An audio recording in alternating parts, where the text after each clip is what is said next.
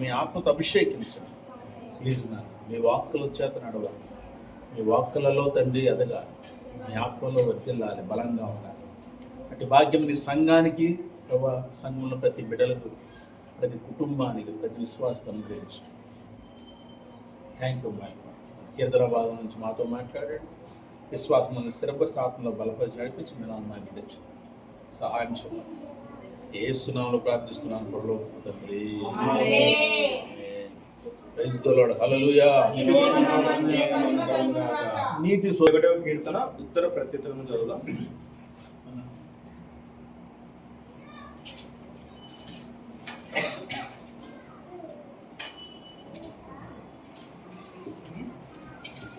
యెహోవా రాజు నీ బలమును బట్టి సంతోషించుచున్నాడు, నీ రక్షణను బట్టి అతను ఎంతో హర్షించుచున్నాడు. అతని మనోభిష్టము నీవు సఫలం చేయుచున్నావు, అతని పెదవుల నుండి వచ్చిన ప్రార్థన నీవు అంగీకరించుచున్నావు. శ్రేయస్కరమైన ఆశీర్వాదములతో నీవు అతనిని ఎదుర్కొనుచున్నావు, అతని తల మీద అపరంజి కిరీటము నీవు ఉంచి ఉన్నావు. ఆయుష్యుని అతడు నిన్ను వరమడుగగా నీవు దానిని అనుగ్రహించుచున్నావు. సదాకాలము నిలిచి చేస్తున్నావు.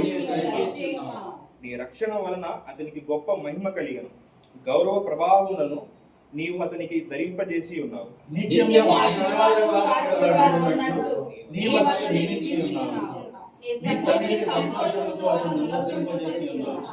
ఎలయనగా రాజు యెహోవా యందు నమ్మికయించుచున్నాడు, సర్వోన్నతిని కృపచేత అతడు కదలకుండా నిలుచును. నీ హస్తము నీ శరీరమును నీ దక్షిణ నీవు ప్రత్యక్షమైనప్పుడు వారు అగ్నిగుండము వలె అగుదురు. తన కోపము వలన యెహోవా వారిని నిర్మూలము చేయను, అగ్ని వారిని దహించను.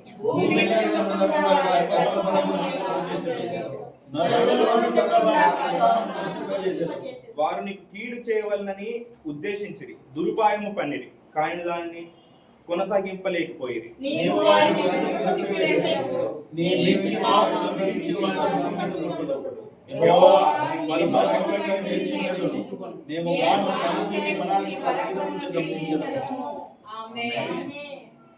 దయచేసి కూర్చోండి. Praise the Lord. హల్లెలూయా. పరిశుద్ధుడైన యెహోవా ఘనమైన నామమునకు మహిమ. నీతి స్వరూపైన యెహోవా ఘనమైన నామానికి మహిమ కలుగును గాక. ఆమేన్.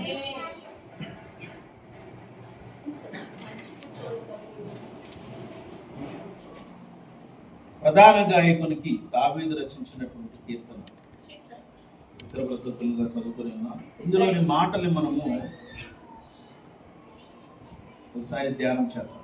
దేవుడు మనకి ఇచ్చినటువంటి సమయాన్ని బట్టి దేవునికి మహిమకరంగా మనం ఉండటానికి దీనిలో ఈ మాటల్లో నుంచి, కీర్తన భాగంలో నుంచి దేవుడు మనతో ఏం మాట్లాడినై ఉన్నాడు, ఆ మాటలు మనం చాలా జాగ్రత్తగా మన హృదయంతో యెహోవా రాజు నీ బలమును బట్టి సంతోషించుచున్నాడు, నీ రక్షణ బట్టి అతడు ఎంతో హర్షించుచున్నాడు. అతని మనోభీష్టము నీవు సఫలము చేయుచున్నావు, అతని పెదవుల్లో నుండి వచ్చిన ప్రార్థన నీవు మానక అంగీకరించుచున్నావు. శ్రేయస్కరమైన ఆశీర్వాదములతో నీవు అతడిని ఎదుర్కొనుచున్నావు, అతని తల మీద అపరంజి కిరీటము నీవు ఉంచి ఉన్నావు. ఆయుస్సు నిమ్మని అతడు నేను వరమడుగగా నీవు దాన్ని అతనికి అనుగ్రహించి ఉన్నావు. సదాకాలం నిలిచి దీర్ఘాయువు నీవు దయచేసి ఉన్నావు. నీ రక్షణ వల్ల అతనికి గొప్ప మహిమ కలిగను, గౌరవ ప్రభావం నీవు అతనికి ధరింపజేసి ఉన్నావు. నిత్యము ఆశీర్వాద కారకుడిగా ఉన్నట్లు నీవు అతను నియమించి ఉన్నావు. నీ సన్నిధిని సంతోషంతో అతను ఉల్లసింపజేయుచున్నావు చేసి ఉన్నావు. ఎలయనగా రాజు యెహోవా యందు నమ్మిక ఉంచుచున్నావు, సర్వోన్నతుని కృపచేత అతడు కదలకుండా నిలుచును. Praise the Lord. హల్లెలూయా.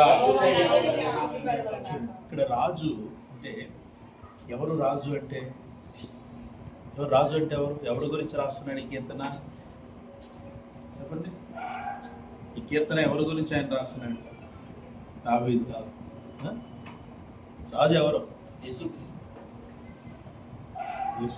క్రీస్తు. ఇది అందరూ చెప్పే ప్రతి కీర్తన యేసుక్రీస్తు గురించి ఉండదు.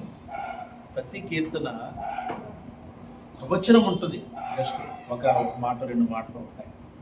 ఓకేనా?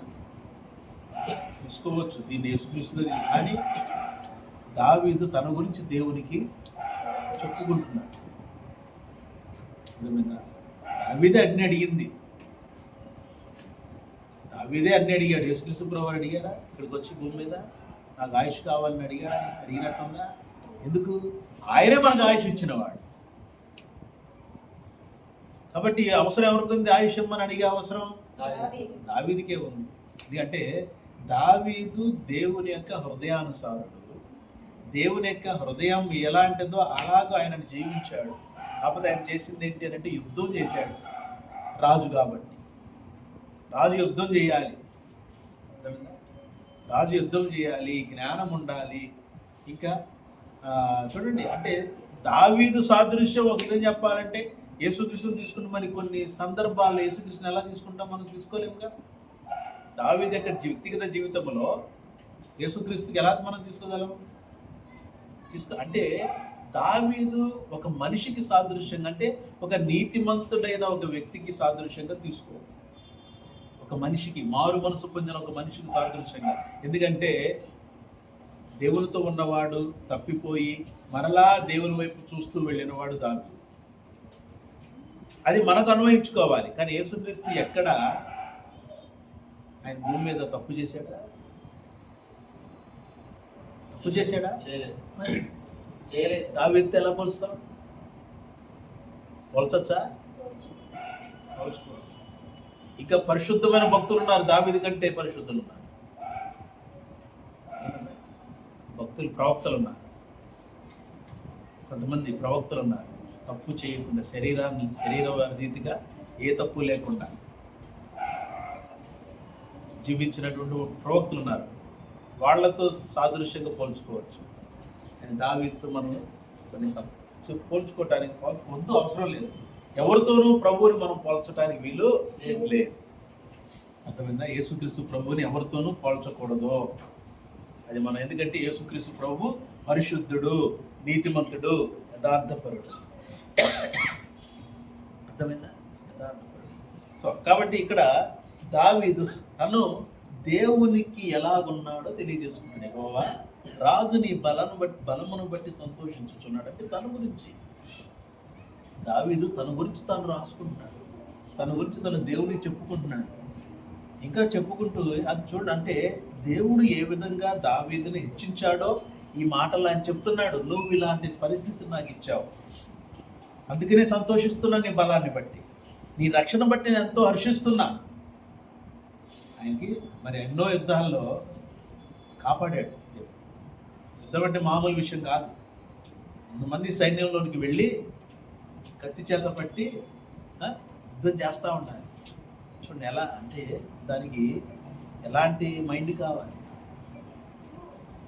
చుట్టూతో అందరూ ఒకేసారి వస్తే ఎలాగా ఎదుర్కోగలడు? ఆ ఎదుర్కొనే సత్తా ఉండాలి, బలం ఉండాలి. బలం కావాలంటే బలం కావాలంటే దేవుడు తోడు కావాలి. అందుకనే సింహాన్ని రెండుగా చీల్చే శక్తి ఎక్కడి నుంచి వచ్చింది? దావీదుకి దేవుని బలం. అది చిన్న వయసులో, మహా అయితే 15 నుంచి 18 సంవత్సరాల వయసు దావీదప్పుడు సింహాన్ని కానీ ఎలుగుబంటిని కానీ చంపినప్పుడు, ఈవెన్ గొల్యాతుని చంపినప్పుడు కూడా, అంటే యుక్త వయసులో ఉన్నటువంటి ఒక యవ్వనస్తుడైనట్టు పిల్లోడు, నూనూగు మీసాలు వస్తున్న సమయం అది. ఆ వ్యక్తి చూడండి, అంటే దేవుని, అంటే గొల్యాతు మాట్లాడుతున్న మాటల్ని విని సైన్యములకు అధిపతి యెహోవాను తిరస్కరించడానికి వీడెవడు, సున్నతి లేని ఫిలిష్తీయుడు వీడెవడు అని మాట్లాడిన, ధైర్యంగా మాట్లాడిన వ్యక్తి చిన్న వయసులో. అంటే అది దేవునికి ఆతలం, ఆ తెగింపు కావాలి దేవుని కొరకు. అర్థమైందా? ఏదో దేవుని కొరకు ఉన్నాం, వస్తున్నాం, పోతున్నాం అంటే సరిపోయిందా?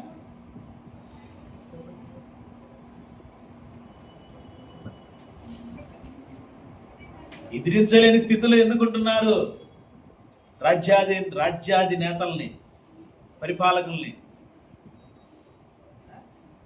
దేవుని కార్యాలు జరుగుతాయా? ఇప్పుడు ఇక్కడ వాక్యం చెప్తున్నామండి, యేసు నామములు బోధించకూడదంటే మనం మౌనంగా ఉందామా? యేసు నామములు మీరు బోధించకూడదు, స్వస్థతలు చేయకూడదు, చేయకూడదు నువ్వెవరు చెప్పడానికి? స్వస్థతలు చెయ్యాలి, లేదు దేవుని చిత్తం. ప్రైజ్ ది లార్డ్, హల్లెలూయా. అర్థమైందా? దేవుడు స్వస్థత పరచాలి అనుకుంటే ఆయన పరుస్తాడు, లేదంటే లేదు, అంతే. మీరందరూ వచ్చేసి పరిపాలకులు అందరూ వచ్చేసి స్వస్థతలు చేయటానికి వెళ్ళేది. Who are you? నిజ దేవుణ్ణి ఆపలేవు నువ్వు, జాగ్రత్త. దేవుడితో పెట్టుకుంటే, దేవుడితో పెట్టుకుంటే ఏంటి పరిస్థితి? పిచ్చోళ్ళు అయిపోతారు, మైండ్ పని చేయదు, ఏం పరిపాలన చేస్తున్నారో తెలియదు. అర్థమైంది? యెహోవా అంటే మామూలు విషయం కాదు.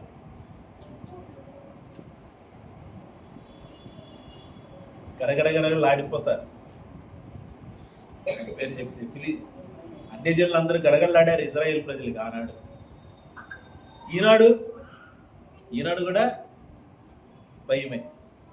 ఇన్ని వేల రాకెట్లు పడినా ప్రస్తుతానికి ఇజ్రాయెల్కి ఏం కాదు, దేవుడు సెలవిస్తే తప్ప.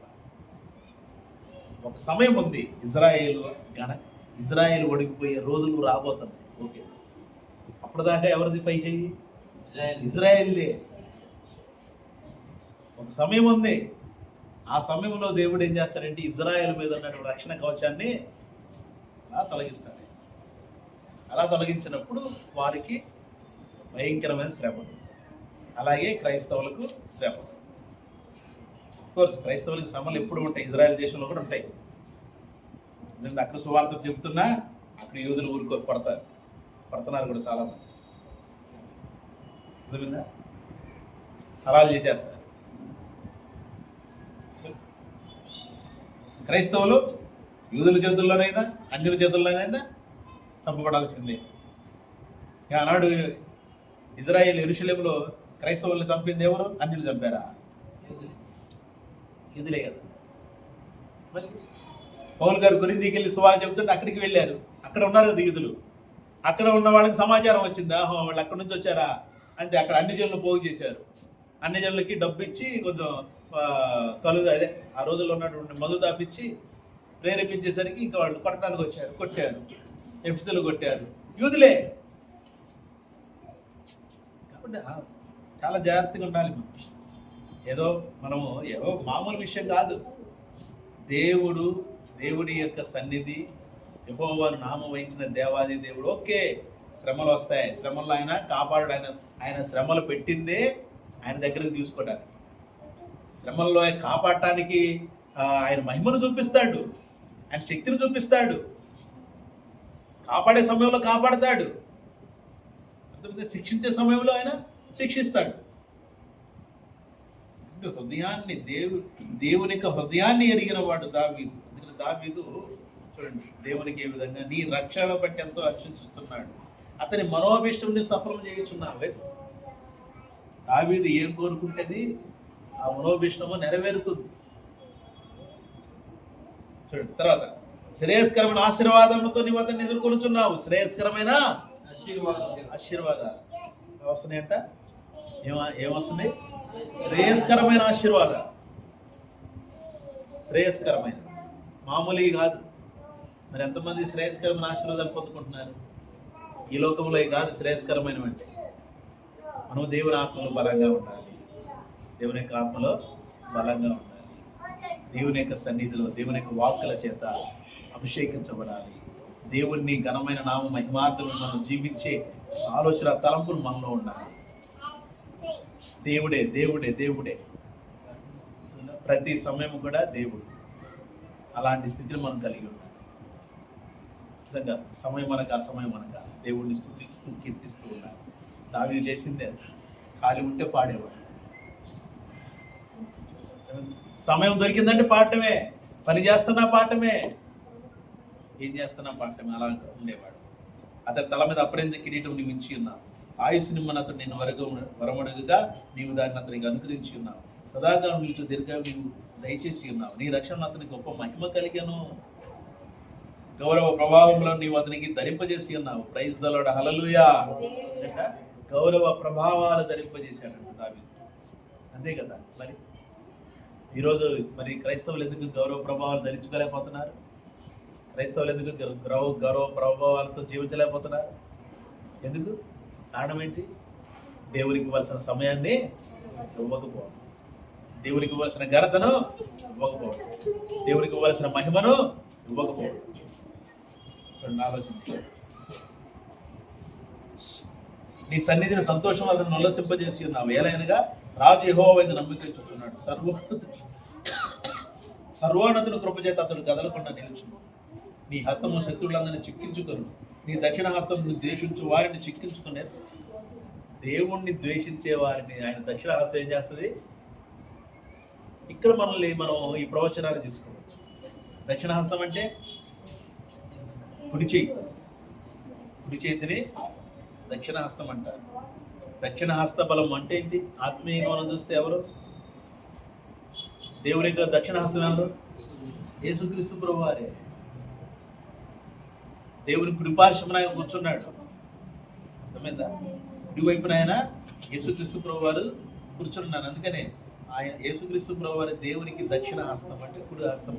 దక్షిణ హస్త బలము చేత దేవుడు తన కార్యాలు జరిగిస్తున్నాడు అంటాడు. అంటే దాని అర్థం ఏంటంటే ఆనాడు దక్షిణ హస్త బలం అంటే దక్షిణ హస్తం. ఓకే, యేసుక్రీస్తు ప్రభువారు వచ్చినట్టు యేసుక్రీస్తు ప్రభువారి పేరేమి నేను మెన్షన్ చేయాల. ఒక దేవతగా, ఒక వాక్యంలాగా, ఒక శక్తిమంతుడిగా, ఒక దూతగా వచ్చాడు. దేవత కాదు, దేవత అనేది కూడా మామూలుగా వాడచ్చు, కానీ అది అన్నిలు వాడుకున్నారు కూడా దాన్ని మనం అన్నక్కలేదు. దూతగా వాడబడ్డాడు. చూడండి, దక్షిణ హస్తము చేత నీవు ప్రత్యక్షం అన్నప్పుడు వారు అగ్నిగుండం వలె ఎగుదురు. తన కోపం వల్ల యెహోవా వారిని నిర్మూలన చేయును, అగ్ని వారిని దహించు. కొన్ని ఉంటే ప్రవచనాలు. కాబట్టి కీర్తనలన్నింటిలో కూడా కొన్ని మాత్రం ప్రవచనాలు ఉంటాయి. ఆ ప్రవచనాలు ప్రభు రాకడికి, దేవుని యొక్క రాకడికి, అంతానికి, లోకాంతానికి ప్రవచనాలు కొన్ని ఉంటాయి. కాబట్టి చాలా జాగ్రత్తగా ఉండాలి.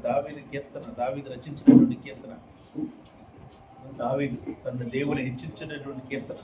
కాబట్టి మనము చాలా జాగ్రత్తగా అందులో ఉన్న మాటలు మన జీవితానికి తీసుకోవచ్చు. యెహోవా నీ బలమును బట్టి నిన్ను హెచ్చించుకొనుము, మేము గానము చేయొచ్చు నీ పరాక్రమమును కీర్తించు. ప్రైజ్ ది లార్డ్, హల్లెలూయా. ఏంటంటే ఏమన్నాడు చివరికి? యెహోవా నీ బలమును బట్టి నేను హెచ్చించుకొను, మేము గానము చేయొచ్చు నీ పరాక్రమమును కీర్తించదము. ఆయన పరాక్రమాన్ని ఏం చేయాలి? మనము కీర్తించాలి. ఎక్కడుంది ఆయన పరాక్రమం? మనం అనుభవించామా? చెప్పండి, అనుభవించామా? అంటే ఆ పరాక్రమాన్ని మన హృదయంలో అనుభవించాలి. అర్థమైందా? హృదయపూర్వకంగా ఆయన మనము కీర్తించాలి, కనపరచాలి. ఆయన ప్రభావ కార్యం మన జీవితంలో జరగచ్చు, జరగకపోవచ్చు. కానీ ఆయన శక్తిని మనం అనుభవిస్తే అంటే యూదుల జీవితాల్లో, ఇజ్రాయేల్ జీవితాల్లో దేవుడు చేసినటువంటి కార్యాలు మనల్ని ప్రేరేపిస్తాయి. అర్థమైందా? ఆయన మన పట్ల చూపిన ప్రేమ మనల్ని ప్రేరేపించింది. కాబట్టి మనము యెహోవా యొక్క బలాన్ని బట్టి ఆయన హెచ్చించుకుంటాడు. మనము గానము చేయొచ్చు ఆయన పరాక్రమాన్ని కీర్తించేలా మనం ఉంటాం. కాబట్టి ప్రభువుని ప్రియమైన దేవుడి సన్నిధిలో మాటలు బట్టి మనము చాలా జాగ్రత్తగా జీవించుదాం. యెహోవా దేవుణ్ణి మనము ఆయన యొక్క ప్రభావాలు, ఆయన యొక్క పరాక్రమాన్ని కీర్తించే వారి మనం దానికి తాపత్రయపడదాం. యేసునామములో, కుమారుడైన యేసునామములో, అద్భుతమైనటువంటి జీవితాన్ని ఈ భూమి మీద జీవించిన యేసునామములో, పరిశుద్ధ జీవితాన్ని జీవించిన యేసునామం, మరణాన్ని, సమాధిని గెలిచి లేచిన యేసునామం, తండ్రి అయిన దేవునికి మనం చెల్లించవలసిన మహిమను చెల్లించుదాం. దేవుడి మాటలు ఆశీర్వదించి తన కృపతో తన ఆత్మతో అభిషేకించి దేవుడు తన నామమునకు మహిమ తెచ్చుకొనును గాక. Praise the Lord, hallelujah. నీతి స్వరూపుడైన యెహోవా ఘనమైన నామానికి మహిమ కలుగును గాక.